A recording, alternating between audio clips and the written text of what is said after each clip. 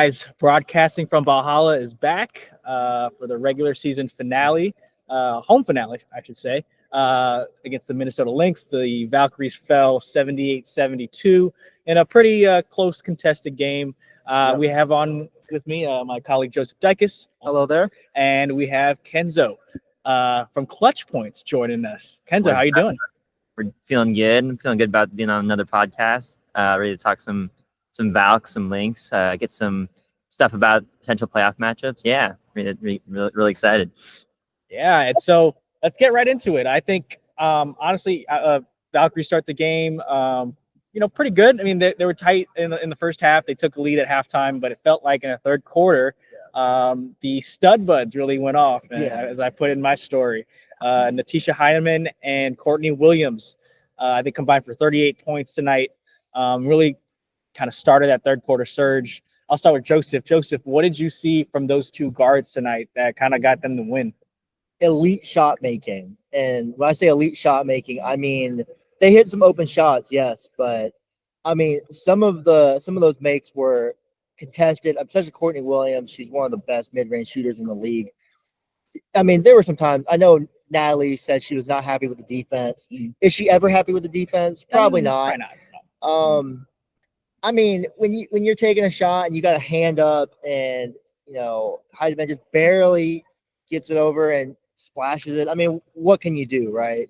Yeah. And that's the difference I think between the Valkyries and these elite teams like Minnesota. For as good as the Valkyries are, and they are a very good team, they don't really have that many elite shot makers. What, maybe Salon is the one? Yeah, I think I would agree. I do think, you just, it's a lot of system play, which in a lot of games they're going to win the games they're supposed to, right? With that system, as long as you take the open shot, it's going to work. But I think what we saw tonight, and I'm sure you did as well, Kenzo, it was a lot of Valkyries with 5, 6, 7 seconds left in the shot clock, having to go ISO, and that's kind of where you can get them. I think Minnesota has really showed that, in this season series that's what they're going to do. I think Vegas has shown it the last 3 games they played them, and obviously Phoenix has in all 4 games they played them. Kenzo, what did you think about just kind of the stagnant offense tonight from the Valkyries? Yeah, it's funny because Natalie likes to, and the rest of the Valkyries, they were like emphasizing like we gotta have good ball movement, we have to beat the rotations, we have to do all these things that like get the ball moving, like family shots is something they say a lot.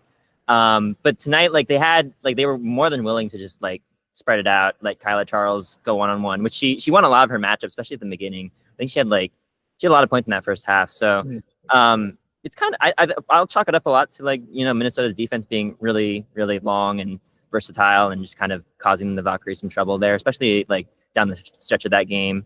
But yeah, I mean that's the playoffs. They're gonna play a team that is gonna make them do things that are uncomfortable. So this was a nice little like test of like kind of see like what's gonna look like in the playoffs, especially for this offense. Yeah, and like tonight, only 8 players played. You had the 5 starters, and then Kate Martin, Monique Billings, and Carla Late. Carla only played about 8-9 minutes tonight, so really only Kate and Monique were the players coming off the bench. I thought this was more indicative of like kind of what we're going to see going forward is who's going to be in this rotation, and it just feels like Kate Martin has solidified herself as the first guard coming off the bench, and then Monique Billings being the big. Yeah, the big. And so for you guys, what did you just think of tonight's rotation, and how will Chechi Zandalicini and possibly Tiffany Hayes, how do they work back into this rotation? Should they come back before the season ends?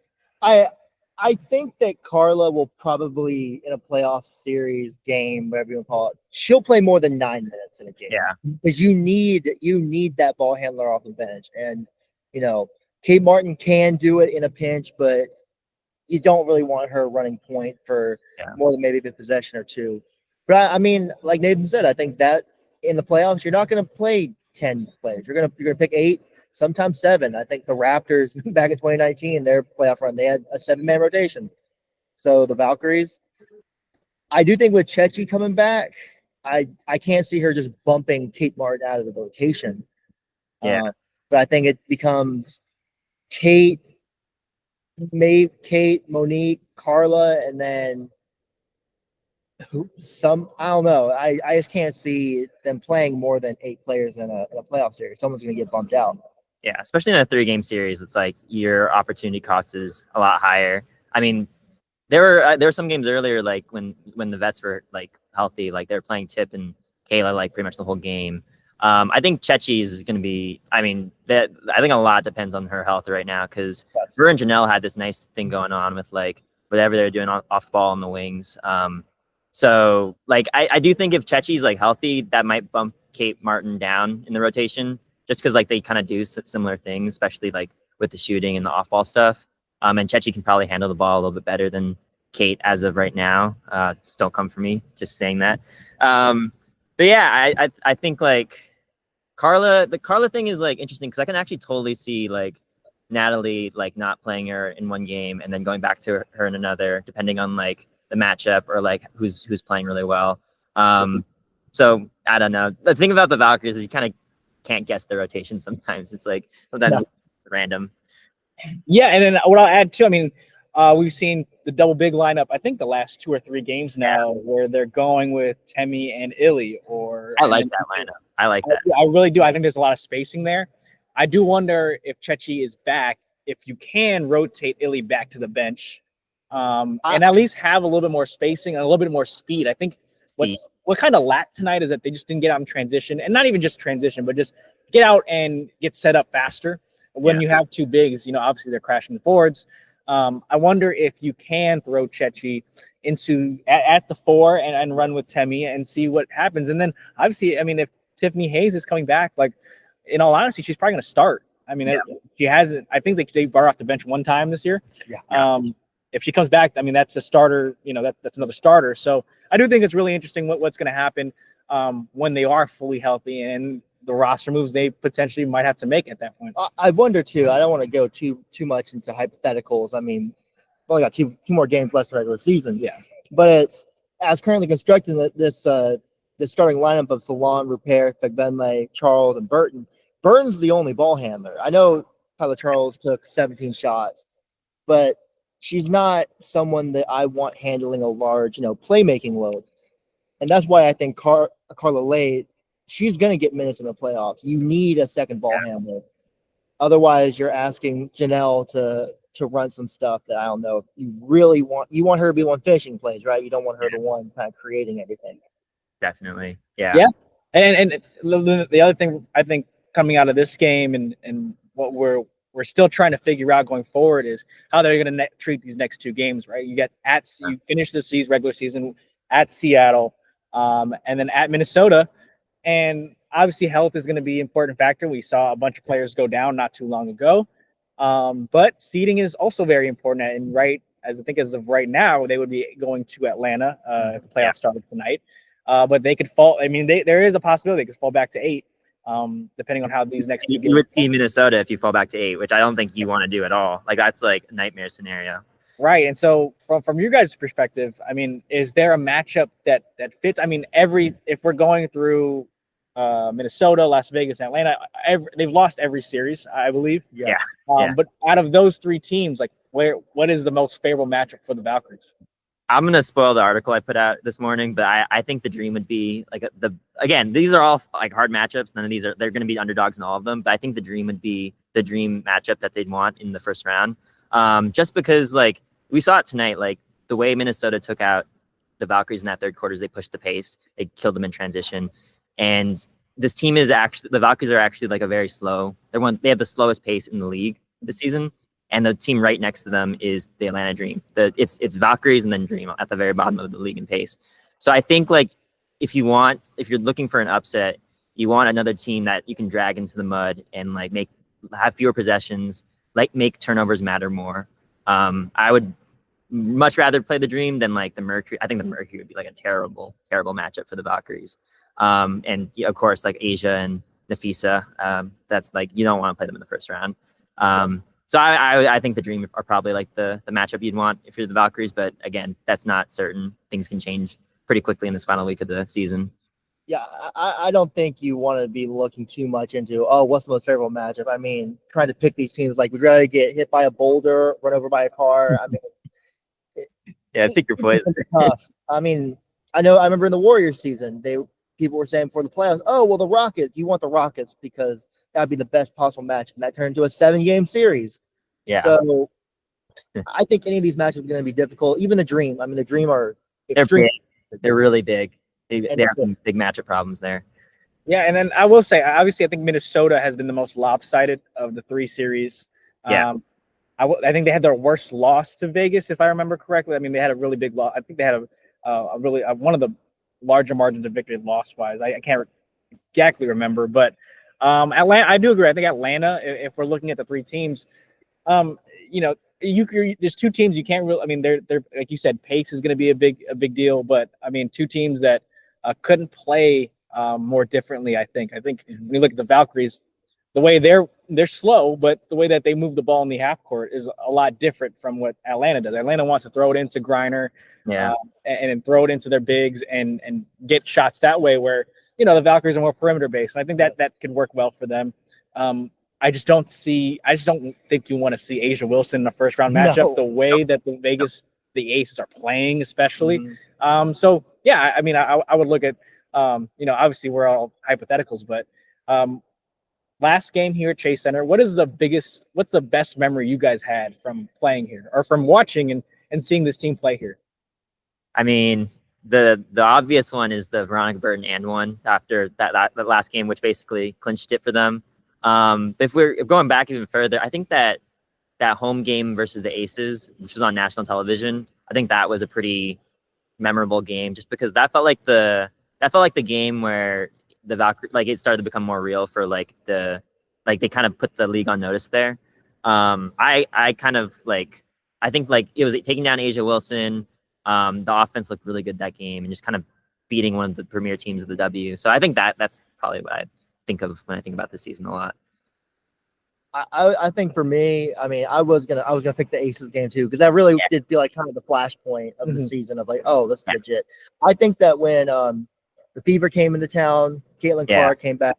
I think she had scored 34 points against the Liberty the game before. Yeah. Everyone was like, oh, she's gonna come in and she's gonna torch them. And the Valkyries, I remember in the pregame, Natalie Nakaso was like, well, we got to stop her from going left because she likes taking that step. Like they gave the blueprint in the pregame and then went out and did it. Yeah, and a lot of vitriol after that game too about Caitlin. But that was watching them do that to Clark. I was like, oh, okay. They had done it to Asia Wilson. They had done it to Guma K up in Seattle. You were like, oh, so they can do it to guards too. They do it to anybody. What about you, Nathan? Yeah, for me, I think one of the more underrated games that I'll bring up is it was the game against the Sparks, I think about a month ago. And I believe they were on a 3-game losing streak. They just looked kind of like it felt like if they lost that game, their playoff chances would probably go with that. I think they would have dropped to 9, and the Sparks would have had the tiebreaker at that, or something that they would have had a tiebreaker or something like that. But I remember just the energy in that building, and I'll never forget watching Veronica Burton just kind of bottle up Kelsey Plum, and it culminated into Kelsey, obviously, with the trip. And I know that it's still debated whether she did it on purpose or not, but I think it was just a culmination of that, and just kind of, a game where the back's against the wall, and it was against the in-state rival. And I thought that was one of the more underrated moments. I think it's kind of safe to say any Kate Martin 3 this season was more like 4. And if she made it and got the foul, it was more like 5. Yeah. So those moments, I think there's not many moments you can pinpoint, but Caitlin Chen and some of her layup that she had, the stuff that kind of got the crowd going is some of the most memorable stuff that I had. Something I remember was after they lost to, was it the Lynx, I believe, early in the year? Yeah. The crowd stays for the whole game. It's a blowout. And they stayed for the whole game. At the end of the game, they give a standing ovation to the Valkyries for their effort. And I was sitting there thinking to myself, what is going on? Why are y'all happy? But it's hard to understate how happy this crowd is. We keep saying it. I think all of us say it somehow, in our tweets or our stories. But it's pretty unique. I don't know. It feels like a unique experience just being here. Timmy Bentley had to tell the fans, hey, please boo the opposing team during pregame. Well, and I will say, like, I do think that's indicative of just the kind of the fans that are in the arena, right? Like, these fans love basketball. They love seeing they were starved for however many years, 30 plus years, without having an NBA, a WNBA team here, and they didn't get to see a lot of these players. And I think in the first season, you get to see Paige Beckers and you get to see Caitlin Clark. Yeah. You get to see Asia Wilson, Nafisa Collier. I think that's important it was really important for these fans to see that and see their home team go up against them, even if, you probably should boo them. I think they're just happy to see that. I mean, I think it's a great environment, and I do think that's going to maybe bode well in free agency when potential free agents think about coming here and just seeing how much the fan base cares. I think that's really important. We can end with this. Obviously, they're going to play their first round playoff game. Will be at SAP Center in San Jose. It won't be here in Ballhalla, but for you guys, and we heard what Natalie had to say early on. We heard what Veronica had to say. They basically were saying it's just going to be another game. The crowd's going to travel, things like that. Kenzo, I'm curious to see your opinion on this. I mean, just how much does it change going from Chase Center, this environment, and then going to SAP Center, which has hosted basketball games in the past, but is historically been a hockey arena, obviously the home of the Sharks. How do you feel about them going to San Jose?